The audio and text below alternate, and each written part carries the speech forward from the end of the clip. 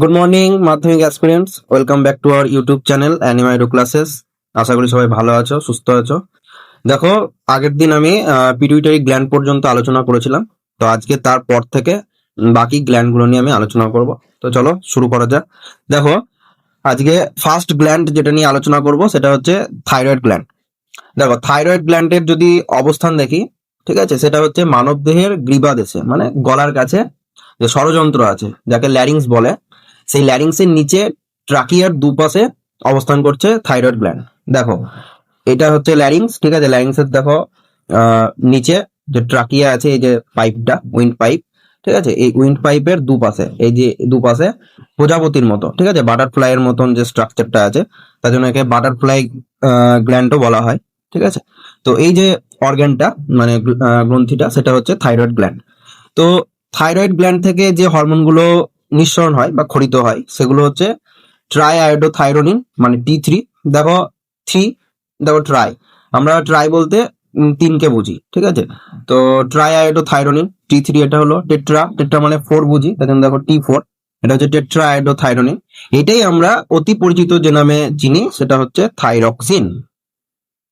দেখো, থার্ড আর একটা হরমোনও ক্ষরিত হয় অল্প পরিমাণে খুবই, সেটা হচ্ছে থাইরোক্যালসিটোনিন। এই যে থাইরক্সিন হরমোনটা, এটাই 93% নিঃসরণ হয় থাইরয়েড গ্ল্যান্ড থেকে। বাকি 7%-এর মধ্যে এগুলো কম বেশি নিঃসরণ হয়। এবার আমরা দেখে নেব যে থাইরয়েড গ্ল্যান্ড থেকে যে নিঃসৃত হরমোন থাইরক্সিন, সেই থাইরক্সিন হরমোনের মেন কোন কোন ফাংশন গুলো ও করছে।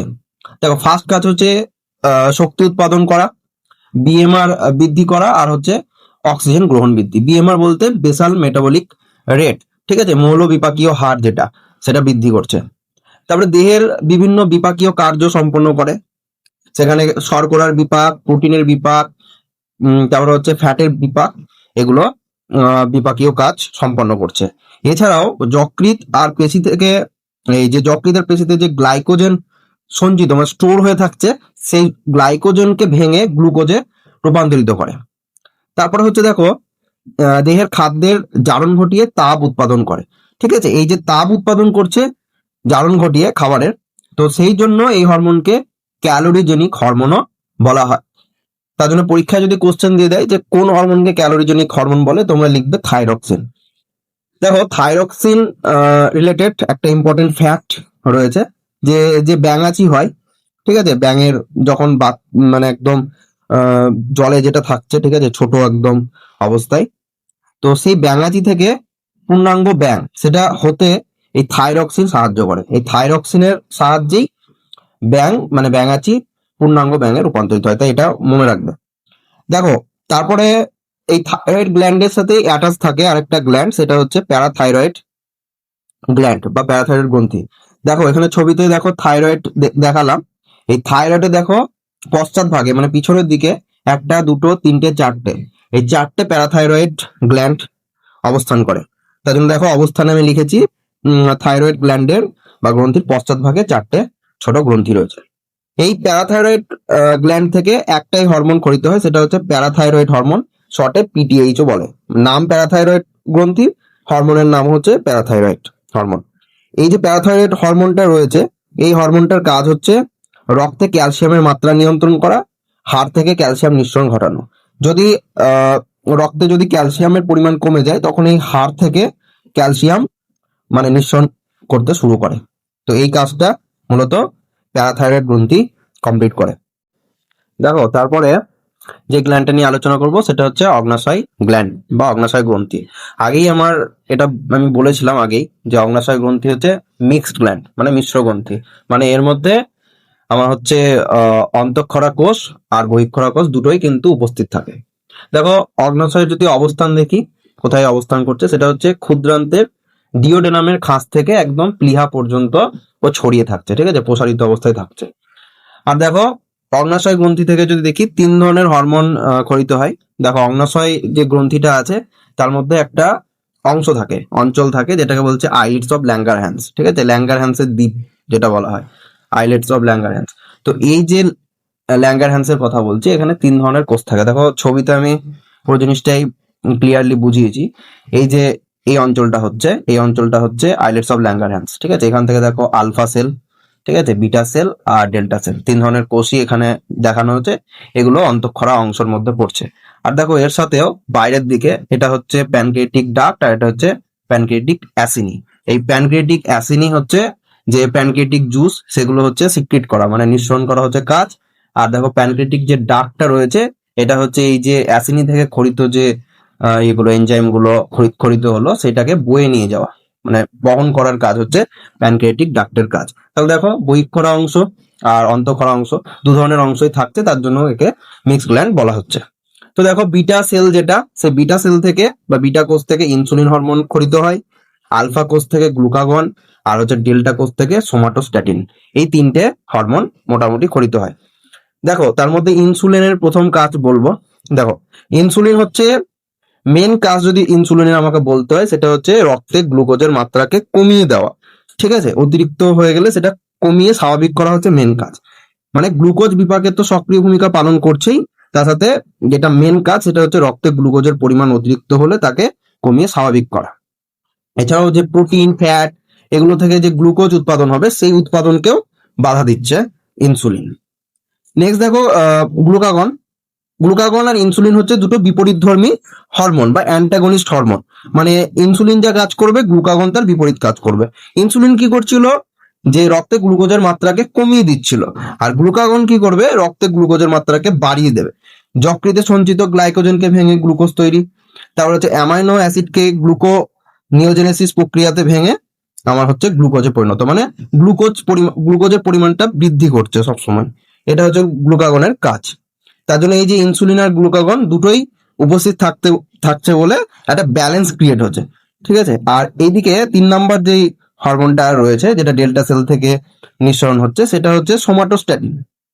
এই যে সোমাটোস্ট্যাটিনটা আছে এই হরমোনটা এই ইনসুলিন আর গ্লুকাগন এই দুটো হরমোনের কার্যকারিতাতে বাধা সৃষ্টি করছে। দেখো তারপরে যে গ্ল্যান্ডটা নিয়ে আলোচনা করব সেটা হচ্ছে অ্যাড্রিনাল গ্ল্যান্ড। এই অ্যাড্রিনাল গ্ল্যান্ড বা অ্যাড্রিনাল গ্রন্থিকে সুপ্রারেনাল গ্ল্যান্ডও বলে। তার একটাই রিজন হচ্ছে কারণ এটা হচ্ছে রেনাল গ্ল্যান্ড, মানে কিডনির ওপরে থাকছে। ঠিক আছে, সেই জন্য বলছে অ্যাড্রিনাল গ্ল্যান্ডকে সুপ্রারেনাল গ্ল্যান্ড। দেখো এখানে দুটো কিডনিরই ওপরে হচ্ছে অ্যাড্রিনাল গ্ল্যান্ড। ঠিক আছে, তার জন্য এই কি বলা হচ্ছে সুপ্রারেনাল গ্ল্যান্ড। দেখো অবস্থানে লিখিয়ে দিয়েছি যে প্রতিটি বৃক্কের অগ্রপ্রান্তে, ঠিক আছে, মানে ওপর দিকে থাকছে সুপ্রারেনাল অংশে। দেখো এই যে অ্যাড্রিনাল গ্রন্থিটা হচ্ছে এটা দুটো পোর্শনে ডিভাইড করা হয়। একটা হচ্ছে অ্যাড্রিনাল কর্টেক্স, মানে বাইরের দিকটা অ্যাড্রিনাল গ্রন্থির, আর অ্যাড্রিনাল মেডুলা। ঠিক আছে, এটা ভিতরের দিকে। অ্যাড্রিনাল কর্টেক্সটা মোটামুটি 80% মতো, আর অ্যাড্রিনাল মেডুলাটা হচ্ছে 20%। দেখো অ্যাড্রিনাল গ্ল্যান্ড থেকে যে হরমোনগুলো খরিত হচ্ছে, অ্যাড্রিনাল কর্টেক্স এর পার্ট থেকে গ্লুকোকর্টিকয়েড, এই গ্লুকোকর্টিকয়েডের মধ্যে কর্টিসোল, কর্টিকোস্টেরন এই হরমোনগুলো পড়ছে। আর হচ্ছে মিনারেলো কর্টিকোকয়েড। ঠিক আছে, তো মিনারেলো কর্টিকয়েডের মধ্যে অ্যালডোস্টেরন হরমোনটা পড়ছে। আর হচ্ছে অ্যাড্রিনাল মেডুলা থেকে যদি দেখি ক্যাটেকোলামাইন হরমোন রিলিজ হচ্ছে। এই ক্যাটেকোলামাইন হরমোনটাই হচ্ছে 2 ধরনের, একটা হচ্ছে অ্যাড্রিনালিন, একটা হচ্ছে নর অ্যাড্রিনালিন। এই যে অ্যাড্রিনালিন এটারই অপর নাম হচ্ছে এপিনেফ্রিন, এটা মোটামুটি 80%। ঠিক আছে, এই ক্যাটেকোলামাইনের মধ্যে 80% হচ্ছে অ্যাড্রিনালিন, আর বাকি 20% হচ্ছে নর অ্যাড্রিনালিন বা হচ্ছে নর এপিনেফ্রিন। তো তোমাদের সিলেবাসে বাকি যত হরমোন আছে এগুলোর ফাংশন সেরকম ভাবে নেই, জাস্ট তোমাদেরকে অ্যাড্রিনালিন হরমোনটার ফাংশন পড়তে হবে, তার সাথে নর অ্যাড্রিনালিনটাও একটু জেনে নেবে। দেখো ফার্স্টে অ্যাড্রিনালিনটা দেখো। অ্যাড্রিনালিনের হরমোন যদি দেখি, হৃদস্পন্দনের হার, শ্বাসক্রিয়ার হার, রক্তচাপ ইত্যাদি বৃদ্ধি করার কাজ আছে। চোখের তারারন্ধ্রকেও প্রসারিত করে। আমাদের দেহের মধ্যে যত ধরনের উত্তেজনা সৃষ্টি হয় সেই উত্তেজনাকে কমিয়ে বা প্রশমিত করে। ঠিক আছে, রাগ, ভয়, এই যে উত্তেজনাগুলো হচ্ছে এগুলোকে ব্যালেন্সে আনতে সাহায্য করে, ভারসাম্য বজায় রাখতে সাহায্য করে। সেই জন্য এই হরমোনকে জরুরিকালীন হরমোন বা আপৎকালীন হরমোনও বলা হয়ে থাকে। তার সাথে এখন নর অ্যাড্রিনালিন যদি দেখি, এটা হচ্ছে সিস্টোলিক আর ডায়াস্টোলিক রক্তচাপকে বৃদ্ধি করছে, হৃদপেশিকে উত্তেজিত করছে, তারপর হচ্ছে বিপাকীয় ক্রিয়ার হার বৃদ্ধি করে, রক্তনালীর পেশিকে সংকুচিত করে। দেখো তারপরে জনন গ্রন্থি নিয়ে আমি আলোচনা করব। তোমরা জানো জনন গ্রন্থি 2 ধরনের, একটা শুক্রাশয় একটা ডিম্বাশয়। শুক্রাশয় মেনলি পুরুষদের, আর ডিম্বাশয় হচ্ছে স্ত্রীলোকের, ঠিক আছে, মহিলাদের। তো দেখো শুক্রাশয় কোথায় অবস্থান করছে। শুক্রাশয়ের অবস্থান হচ্ছে পুরুষ দেহে দেহগহ্বরের বাইরে স্ক্রোটাম, এই স্ক্রোটাম থলির মধ্যে দুটো, ঠিক আছে, শুক্রাশয় দুটো থাকছে সংখ্যাতে। এটা ভ্রূণ অবস্থাতে উদর গহ্বরে অবস্থান করছে, ঠিক আছে। আর যদি যখনই পূর্ণাঙ্গ অবস্থায় হয়ে যাচ্ছে মানে প্রাপ্তবয়স্ক, তখনই দেহ গহ্বরের বাইরে স্ক্রোটাম থলির মধ্যে আবদ্ধ থাকছে। তো এই যে শুক্রাশয়, এই শুক্রাশয় থেকে ক্ষরিত হরমোন হচ্ছে অ্যান্ড্রোজেন, বা যাকে আমরা টেস্টোস্টেরন নামে জানি। এটা শুক্রাশয়ের যে লেডিকের আন্তর্কোষ থাকছে সেখান থেকে ক্ষরিত হয়। দেখো, টেস্টোস্টেরন যে হরমোনটা, সেই হরমোনের ফাংশন বা কাজ যৌনাঙ্গের বৃদ্ধি ঘটানো, তারপরে গৌণ যৌন বৈশিষ্ট্যের প্রকাশ ঘটিয়ে পুরুষত্বের বিকাশ ঘটানো হচ্ছে প্রধান কাজ। এর সাথে সাথে দেহের যে ক্যালসিয়াম ধারণ ক্ষমতা সেটাকে বাড়ায়, সেটাকে বাড়িয়ে অস্থি আর পেশির বৃদ্ধি, তারপরে হচ্ছে লৌহ রক্তকণিকা বা যাকে বলছে আরবিসি, তার সংখ্যা বৃদ্ধি করে। তারপর শুক্রাণুকে সজীব রাখা হচ্ছে কাজ। তার সাথে এই যে সজীব রাখছে, তো তার সাথে কি নিষিক্ত করার, ঠিক আছে, ডিম্বাণুকে নিষিক্ত করার ক্ষমতা প্রদান করা হচ্ছে এই টেস্টোস্টেরন হরমোনের কাজ। আর হচ্ছে পুরুষের গৌণ যৌনাঙ্গগুলির বৃদ্ধি ঘটানো। তো এগুলো হচ্ছে টেস্টোস্টেরন হরমোনের ফাংশন। এবার দেখো ডিম্বাশয়, তো একটু আগেই বললাম যে মহিলাদের হচ্ছে জননগ্রন্থি হচ্ছে ডিম্বাশয়, এটা স্ত্রী দেহে শ্রোণী গহ্বরে জরায়ুর দুপাশে অবস্থান করছে। এখান থেকে খরিত মানে ডিম্বাশয় থেকে খরিত হরমোন দুটো, একটা ইস্ট্রোজেন একটা প্রজেস্টেরন। তো দেখো ইস্ট্রোজেন যে হরমোনটা, এটার ক্ষরণস্থান হচ্ছে ডিম্বাশয়ের গ্রাফিয়ান ফলিকল, ঠিক আছে। তো ইস্ট্রোজেনের কাজ কি কি? বয়স সন্ধিকালে গৌণ যৌন বৈশিষ্ট্য প্রকাশ করা, অদত্তকীয় কলাকোষে স্নেহ পদার্থ বা ফ্যাট সঞ্চয় করা, তারপর হচ্ছে যৌন অঙ্গের বিকাশ ঘটানো, মাসিক রজচক্রের নিয়ন্ত্রণ করা, ঠিক আছে। তারপর হচ্ছে স্তনের বৃদ্ধি এবং জরায়ু পেশির পরিবর্তনে সাহায্য করা। এগুলো হচ্ছে মেন ফাংশন ইস্ট্রোজেনের। এবার দেখো প্রজেস্টেরন, এই প্রজেস্টেরন ক্ষরণ হয় ডিম্বাশয়ের পিত্ত গ্রন্থি থেকে, ঠিক আছে। তো এই যে প্রজেস্টেরন, এর ফাংশন হচ্ছে গর্ভাবস্থায় এফএসএইচ হরমোন হচ্ছে ফলিকল স্টিমুলেটিং হরমোন। তো এফএসএইচ হরমোনের নিঃসরণে বাধা দান করে ডিম্বক নালীর পরিস্ফুরণ আর রজচক্র বন্ধ করা, ঠিক আছে। যেমন তখন হচ্ছে জেস্টেশন পিরিয়ড, জেস্টেশন পিরিয়ডে যেটা হয় মানে গর্ভাবস্থা পিরিয়ড, ঠিক আছে, তখন এই রজচক্র বন্ধ করে দেয় প্রজেস্টেরন হরমোনটা। আর হচ্ছে জরায়ু গাত্রে ডিম্বাণু রোপণের জন্য উপযুক্ত করে তোলা হচ্ছে প্রজেস্টেরন হরমোনের কাজ। আর প্রসবকালে যোনিপথকে প্রসারিত করা। এগুলো মোটামুটি মেন ফাংশন। এর সাথে আরো অন্যান্য ফাংশনও করে, যেগুলো সব থেকে ইম্পর্টেন্ট ফাংশন, সেই ফাংশনগুলো আমি এখানে তুলে ধরেছি। এবার দেখো, যে হরমোনগুলো নিয়ে আলোচনা করলাম তার মধ্যে কিছু হরমোনের কম ক্ষরণে আর বেশি ক্ষরণে কি কি রোগ হতে পারে সেগুলো নিয়ে আলোচনা করবো। এগুলো পরীক্ষার জন্য অনেক ইম্পর্টেন্ট। দেখো ফার্স্টে দেখো জিএইচ মানে গ্রোথ হরমোন, বা এসটিএইচ মানে সোমাটোট্রপিক হরমোন, যেটা নিয়ে আগে এর ফাংশন আলোচনা করেছিলাম, যে সবকিছু দৈর্ঘ্য বৃদ্ধি করে, ঠিক আছে। তো এই যে হরমোনটা আছে, এই হরমোনের কম ক্ষরণে বামনত্ব বা ডোয়ার্ফিজম রোগ হবে, বেশি ক্ষরণে অতিকায়ত্ব বা জাইগান্টিজম, আর হচ্ছে অ্যাক্রোমেগালি, এই দু ধরনের সমস্যা দেখা দিতে পারে। তারপর দেখো নেক্সট থাইরক্সিন, থাইরক্সিন হরমোনের কম ক্ষরণে গয়টার বা গলগণ্ড, তারপর শিশুদের ক্ষেত্রে কেটিনিজম, আর প্রাপ্তবয়স্কদের ক্ষেত্রে মিক্সিডমা, এই রোগগুলো হতে পারে। আর বেশি ক্ষরণে গ্রেভস বর্ণিত গলগণ্ড দেখা যাবে। এসিটিএইচ মানে অ্যাড্রিনোকর্টিকোট্রপিক হরমোন, এই হরমোনের কম ক্ষরণে অ্যাডিসন বর্ণিত রোগ হবে, আর বেশি ক্ষরণে কুসিং সিনড্রোম দেখা যাবে। দেখো এই ইনসুলিন আর এডিএইচ এই দুটো মোস্ট ইম্পর্টেন্ট, সব থেকে বেশি ইম্পর্টেন্ট এই দুটো থেকে পরীক্ষা অনেকবার কোশ্চেন এসেছে। তো দেখো ইনসুলিন হরমোনের কম ক্ষরণে যদি দেখি তাহলে হচ্ছে ডায়াবেটিস মেলিটাস, মধুমেহ, যেটাকে নর্মালি ডায়াবেটিসের পেশেন্ট বলে থাকি, ঠিক আছে, সুগারের পেশেন্ট।